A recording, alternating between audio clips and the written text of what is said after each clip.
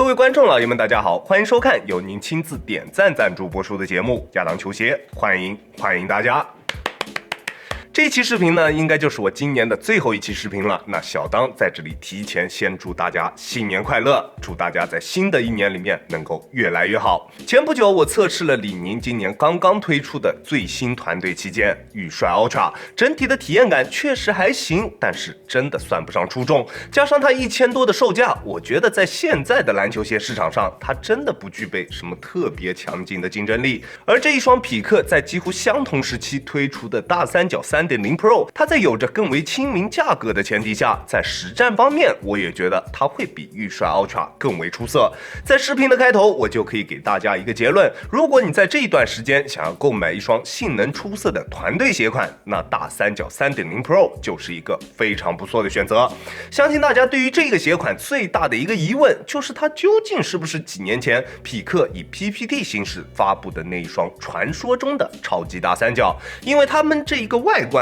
确实非常的相似。那至于这个问题，我也不知道以后究竟会不会有超级大三角这一个鞋款推出，我也并不清楚，这些可能只有匹克自己才真的清楚。整体的配置依旧还是老三样，全掌的轻弹框架，前掌批塑，后掌轻量化太极，没有太大的变化。在中底也加入了一块前插的异形碳板，鞋面的质感也非常不错，作为团队旗舰绝对绰绰有余。在重量方面，单支41码364克，并且整体的重量配比做得十分出色，后跟的锁定也非常到位，穿在脚上的体感重量非常精致，完全不会成为我们在球场上的负担。至于尺码的选择，我平时耐克穿42.5，李宁穿42，这一双鞋我选择41码还是比较合适的，你可以适当参考一下。而且这一次匹克在鞋楦调教这一方面有着非常明显的提升，宽度适中，适用于大部分的脚型，但是大宽脚的朋友还是需要去试穿一下再决定是否购买。我正常略微偏窄的脚型在穿这一双鞋的时候，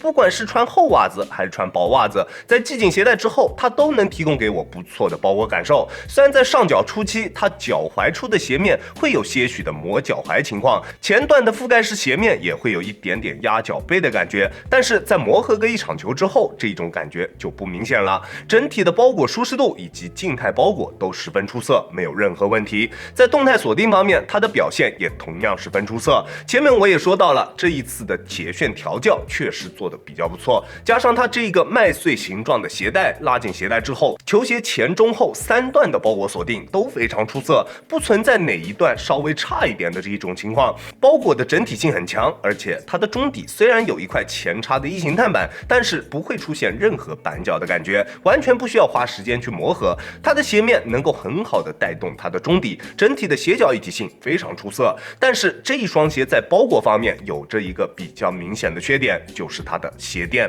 它的鞋垫材质明显偏滑，在做急停动作的时候，脚在鞋内会出现一定往前冲的这一种情况。如果在购买了之后能够给它更换一副摩擦力稍微大一点的鞋垫，那它在包裹方面就找不出什么别的缺点了。而它的鞋面在拥有优秀包裹锁定的同时，还有着十分出色的强度表现，再加上它中底在侧面做出了大面积的上翻，进一步提升了球鞋的侧向支撑，不管做什么动作，鞋面都可以很好的兜住我们的双脚。不过由于外侧上翻的材料只是泡棉，在穿着一段时间之后，外侧上翻的中底泡棉会有明显的硬度衰减，在衰减了之后，球鞋的侧向支撑会有些许的下降。不过在下降了之后它的支撑力度也绝对是够用的，这一点大家可以放心。并且中底的大面积碳板也很好的保证了球鞋的中底刚性，不管做什么动作，脚底下的球鞋姿态都能够保持得非常好，不会出现夸张的形变，用来进行高强度的比赛也绝对没有问题。而它这一套老三样的中底，这一次在调教方面确实也做得非常棒，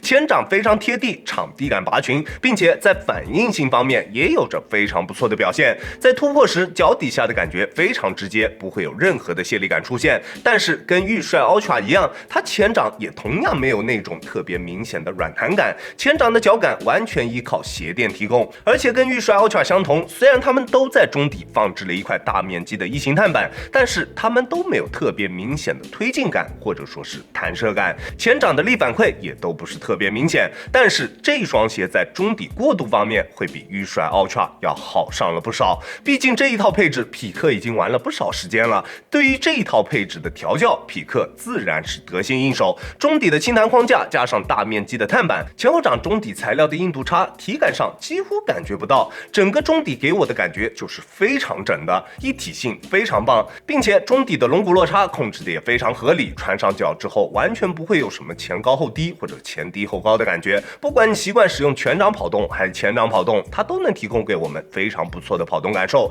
出色的中底一体性加上出色的鞋面一体性，整双鞋的鞋脚一体性真的非常优秀，非常棒。而且它的后跟缓震也同样十分出色，我180斤的体重，在单纯用脚后跟着地的时候，几乎不会有什么震脚的感觉出现。对于大体重的内线球员，或者是对于缓震要求比较高的兄弟来说，这双鞋的缓震也绝对没有任何问题，它的缓震表现比预帅 Ultra 会更为出色。不过它的中底存在着2个比较明显的问题，第一点就是它后跟外侧的硬度明显偏低，出上脚的时候后跟会有一点点不稳定的感觉。不过在磨合个2场球左右的时间之后，把后跟的中底缓震材料稍微踩踏一点之后，后跟处的稳定性就会有一个非常明显的提升。在磨合完之后，后跟处不稳定的这一种感觉会有明显的缓解。但是如果你的脚踝力量十分薄弱，这一双鞋还是尽量慎选。第二点是这一双鞋身上可能存在的一个隐患，因为它的碳板最前端就正好顶在它的自然弯折点处，如果穿着时间长了，很有可能会出现碳板把鞋底给顶穿的这一种情况。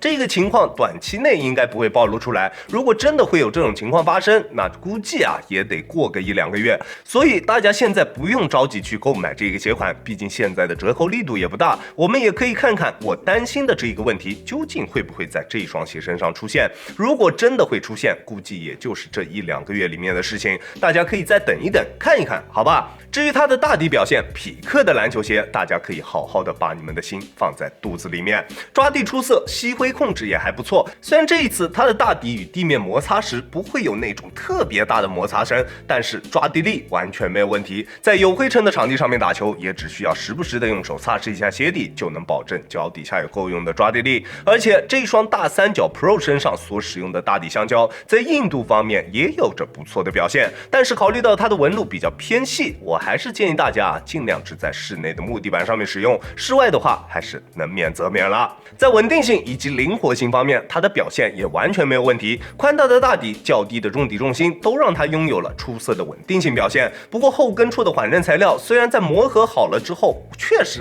会稳定不少，但是对于脚踝力量可能比较薄弱的朋友来说，可能还是会存在着一定的崴脚风险，这一点大家必须要注意一下。而它弧形的大底造型以及脚踝处较为柔软的鞋面材质，也让它拥有了不错的灵活性表现。在变向的时候，不管是鞋面还是中底，都不会对我们的双脚形成任何的阻滞。大三角 3.0 Pro 亚当球鞋主观评级 A+，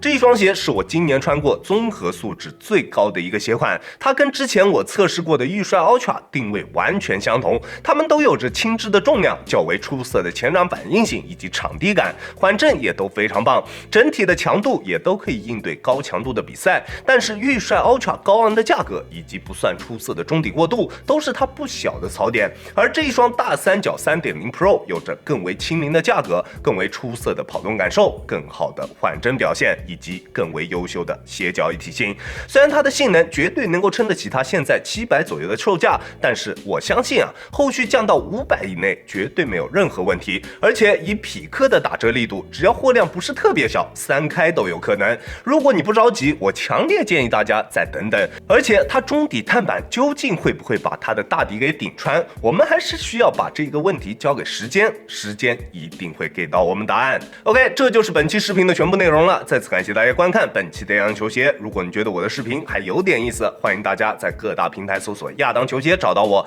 记得要点击关注哦。好了，那我们下期视频再见吧，大家有空来做 ，Peace。